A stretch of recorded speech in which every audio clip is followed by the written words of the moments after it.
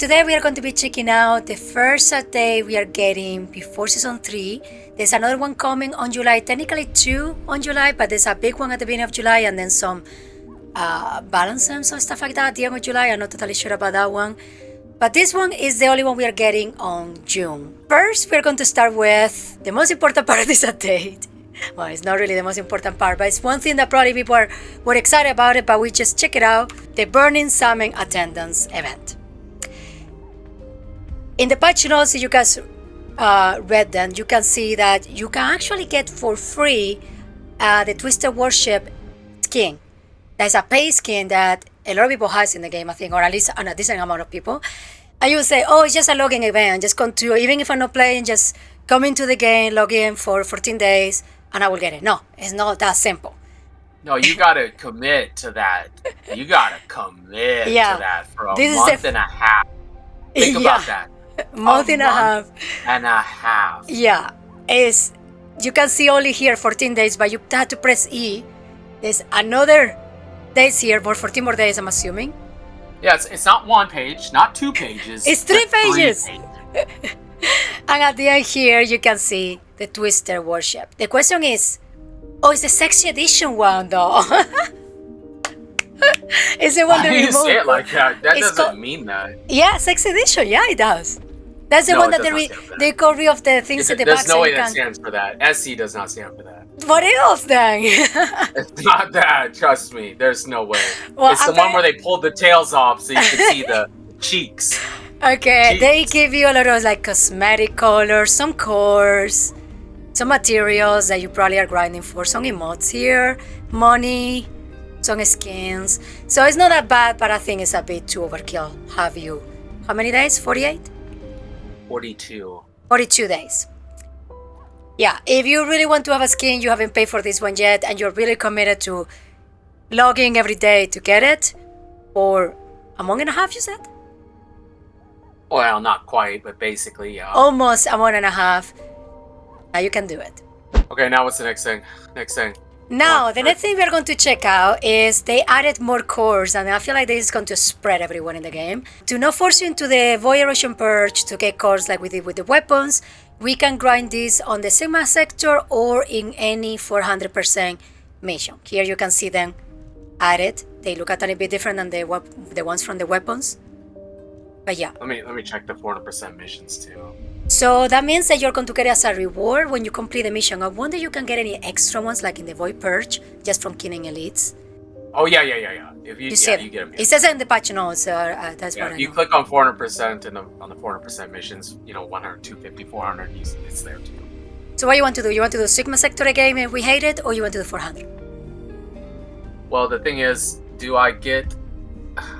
I think I get a chance at that box, the spoils box. So okay, if you do the Sigma sector, you get the chance the spoils box plus the cores. If you just do the 400%, I do not see the spoils box, so you just get the cores. So yeah, it's a chance.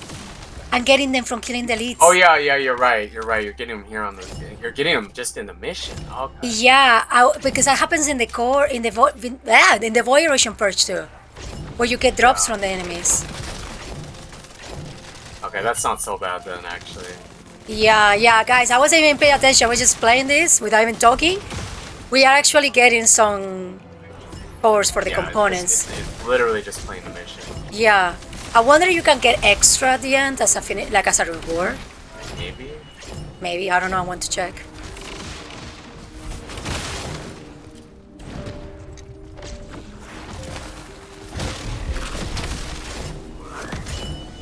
I'm looking. Did we get any for... Oh, I got a spoils box! Oh! I got 1 level 10 as a reward. I got a spoils box! I can't believe it. Yeah, I get extra ones as a mission completed reward, I think. Yeah, I got a 10 too. I can't believe you got spoils box. Lucky you. That's not that bad. Yeah, I know. Wow, yeah, so you many! get the 1 level 10 for completing it, but you get a bunch of the lower level ones. But we'll have to go back, but I'm pretty sure you can... I'm assuming you can combine them on that bench too. Yeah, combine and yeah. Yeah, I'm assuming That's not so bad, actually.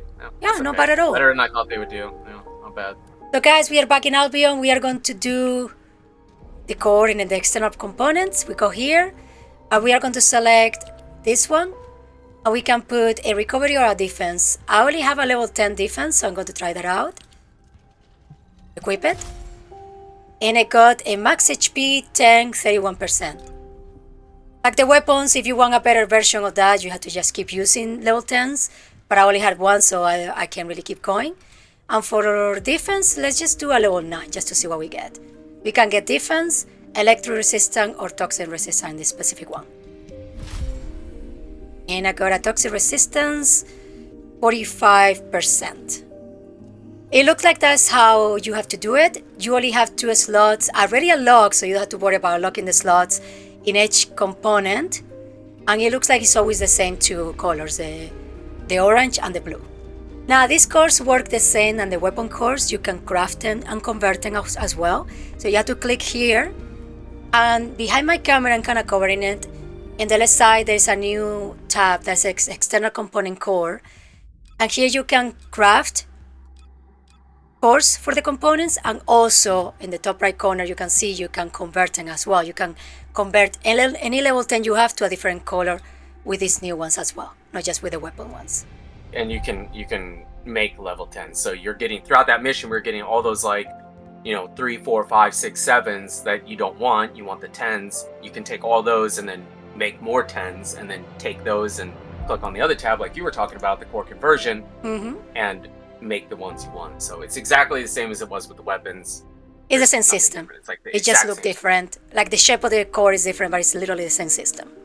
And now guys, another big part of this update was that they added another difficulty to the difficulty to the difficulty. They have now challenge difficulty for the Void Intercept Battle fights, and they have Ice Maiden as the main first Colossus you have to fight there. We are going to go inside here and check it out, see Ice Maiden. And now, if you want, just go to the Abyss, mister, so you can tell me. We are going to check the info.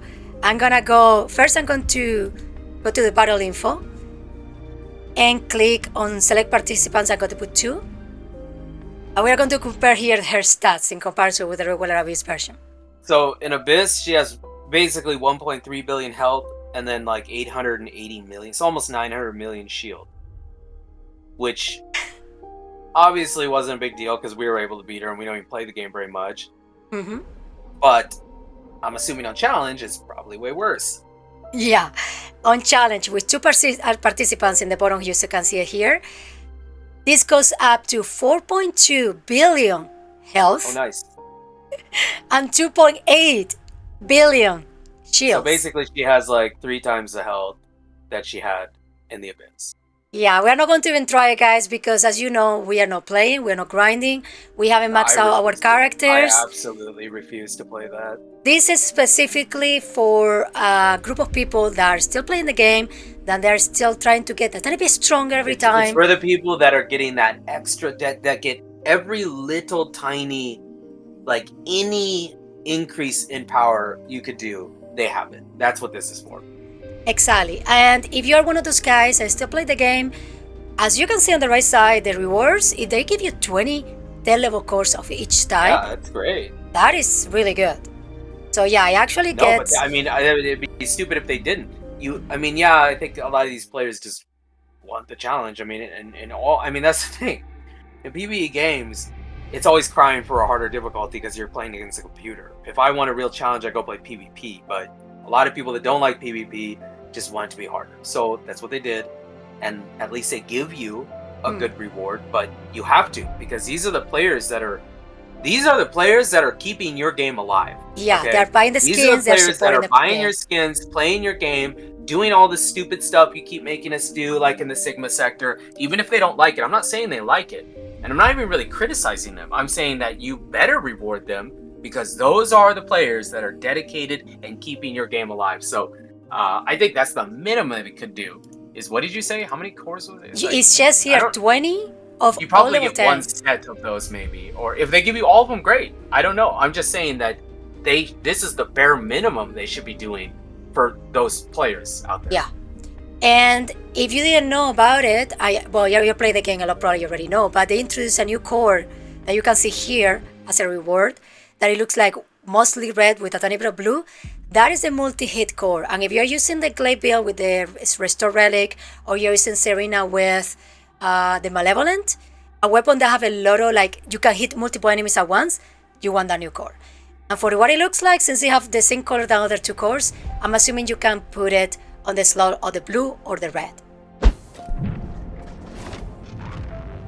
Ooh, that was fast. Yeah, that was, way quicker. I'm pretty sure they fixed that, or they made it like shorter. I think they said they moved the spawn point in a little bit too. I feel a bit closer, yeah. I don't feel like I had to make that such a big of a walk. Yeah, the reason we are in Gluttony here is because we want to die. Tell me. It's on me, maybe I have to do it. Well, maybe you have to do it, so I'm just going to stay healthy. I'm not going to even it's attack him. Gluttony's on me, I swear to God, when we farmed him. Die! I'm not going to even move. Kill me.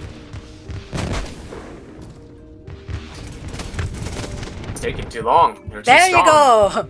You gotta respawn. I'm going to abandon. Guys, look on the right side. It says individual death count. Individual, that's the keyword. Now I have two. Wait, I have to go down 2 more times. That's annoying. One more. Go jump off the ledge one more time. Dun. Yeah, because this only works in the void battles, I'm pretty sure. I don't know if they're going to extend it to the dungeons. Dungeons aren't usually a problem. Okay, now you can't be picked up, or you can't do anything. No, right? now I can only crawl and beg you to pick me up. So that's what happens. You're in a permanent down state, but I can still pick you up. So you don't fail the mission. You have basically infinite downs. You just don't have infinite respawns. Yeah, and but if you're playing with a party, it's really cool because sometimes there's somebody there that is not as good, or they don't have the right build, or they get targeted too bad by somebody, by the Colossus. So it's good that that doesn't make the team fail. That's exactly. The main thing. So if the team is good enough to keep up and fight the Colossus by themselves while they're trying to pick you up. I still have 3 downs since I technically didn't die. I still have my 3. I think that was actually everybody uses up all their downs and can't res. That's like the only way to fail. It's actually the time really hard to fail. And the time if it goes down to 0, but yeah, but it'd be hard to fail from just death counts. Exactly. So I think that was a cool addition. I think that was one of those quality of life that should have been implemented months ago, but better late than never. I liked it. And speaking of quality of life changes, they decided to add a button here in the bottom where you can change the order and reorganize your presets. Mine are such a mess, so I'm kind of happy for that. So let's try. Let's go to change, for example, I want Clay VP here. And we are going to select the one we wanted to go. We wanted to go with Serena. There you go. Now you don't have to delete them and redo them. You can just change the order. If your character have a unique attachment, if you go to customize the skins, you can activate or deactivate that unique attachment. They talk about Serena wings, like you can see here, but they also mention the Joe mask for Ultimate Freyna, and they say Javer too, if I'm not mistaken. So if you care about stuff like that, because maybe you want to see the skin that you bought without her wings, now you can do it. So that was everything for today's video. We wanted to just check out some of the main highlights in this patch. Mostly the things that we were the most curious about, like for example the new course or the new challenge to the Void Intercept battles. There's other things, minor things that maybe you might care, like they added some stuff to the photo mode and some skins. But that was pretty much everything. I don't think that was enough personally for me to come back and grind. I think I'm just going to wait for the July patch instead. But what about you, mister? I mean, I'm just gonna be brutally honest. I love this game when it came out. We played a lot of time in it, but at this point, what they're adding is just the same things that are already in the game. We have the Colossus that's just gonna be really hard, and we're not gonna be able to do it without grinding like crazy, which I'm not gonna do right now. And then the cores, which is the same system we already had.